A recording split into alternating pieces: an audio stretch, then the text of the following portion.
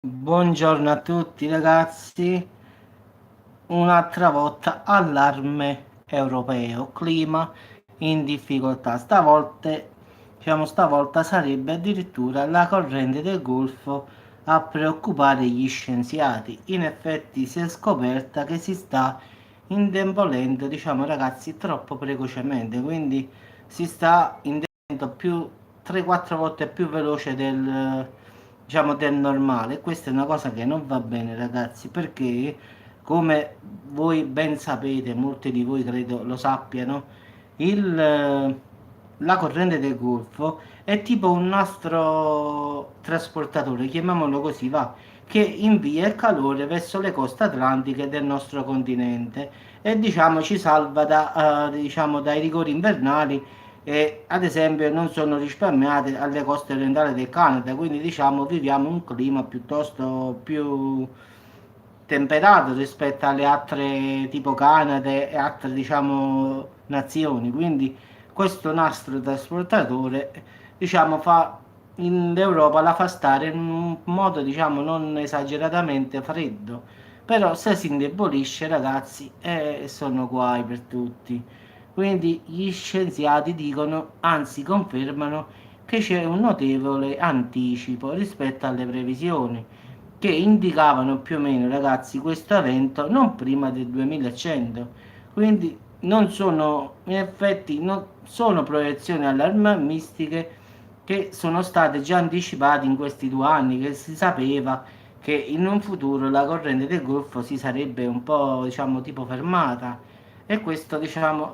scatenerebbe inverni rigidi su tutta l'Europa, anzi tutta l'Europa proprio compresi tutti noi, quindi Italia, Germania, ovunque dell'Europa. Quindi diciamo che l'indebolimento della corrente del Golfo è il seguente, cioè grandi quantità di ghiaccio, ragazzi, si stanno sciogliendo. Voi sapete il fatto del riscaldamento globale ha fatto sciogliere un sacco di ghiaccio dalla Groenlandia e l'acqua che scenderebbe nel nord Atlantico bloccando questo meccanismo che trasporta acque calde e salate dal Golfo del Messico, quindi e sprofonderebbe nelle acque fredde, quindi e questo è il problema. Poi ci sta l'aumento della temperatura nelle regioni polari, ma in sostanza un po' dappertutto, non solo in Groenlandia, e quindi anche se nevica di più, ma però si fonde molto più velocemente con una, più o meno la fusione si è triplicata in effetti, quindi fa la neve però si scioglie 3 volte più veloce di quella che cade, quindi in sostanza il ghiaccio sta scomparendo, questo è. E quindi questo è il problema che potrebbe saltare questo nastro trasportatore,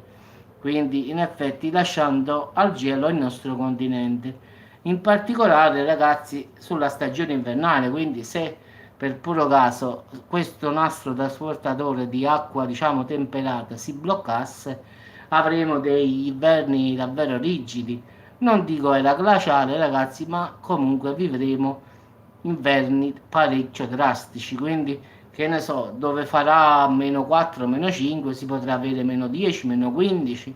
Quindi anche una regione come una nazione come la Campania o la Sicilia che siamo abituati a caldo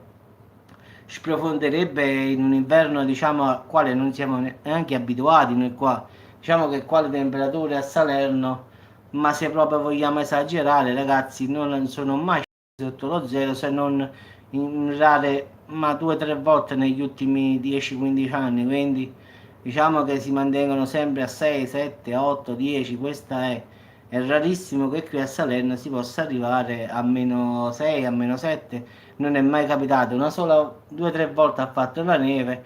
siamo arrivati a meno 2, meno 3, ma non, non di più ragazzi, quindi di solito in inverno rigido rigido a Salerno sono 10-12 gradi, 8 gradi, va. Quindi diciamo che gli scienziati sono preoccupati, quindi diciamo che la fusione del ghiaccio ragazzi è triplicata, quindi più acqua fredda e dolce va a finire nell'oceano e la corrente del Golfo si fermerebbe. Se si ferma ragazzi andremo incontro a inverni davvero rigidi, ma per non dire drastici, quindi è meglio che non si ferma già così in molte regioni del nord con tutto che diciamo, questo nastro trasportatore funziona bene, eppure tipo Val d'Aosta, Trentino, Bolzano, Milano hanno temperature già in inverno molto drastiche. Immaginiamo che si ferma questo nastro trasportatore, significa che se a Milano fa meno 4 ne farà meno 10, se in Trentino Alto Adige sarà meno 20 farà meno 40, faccio un esempio questo, ragazzi, quindi raddoppierebbe quello che noi avremmo già, quindi speriamo che ciò non accada, anche però credo che sia quasi inevitabile perché ragazzi la fusione dei ghiacci sta avvenendo comunque. Vabbè ragazzi, un saluto a tutti, buon appetito a tutti e ci sentiamo come sempre in live, quindi ciao a tutti ragazzi e buona giornata.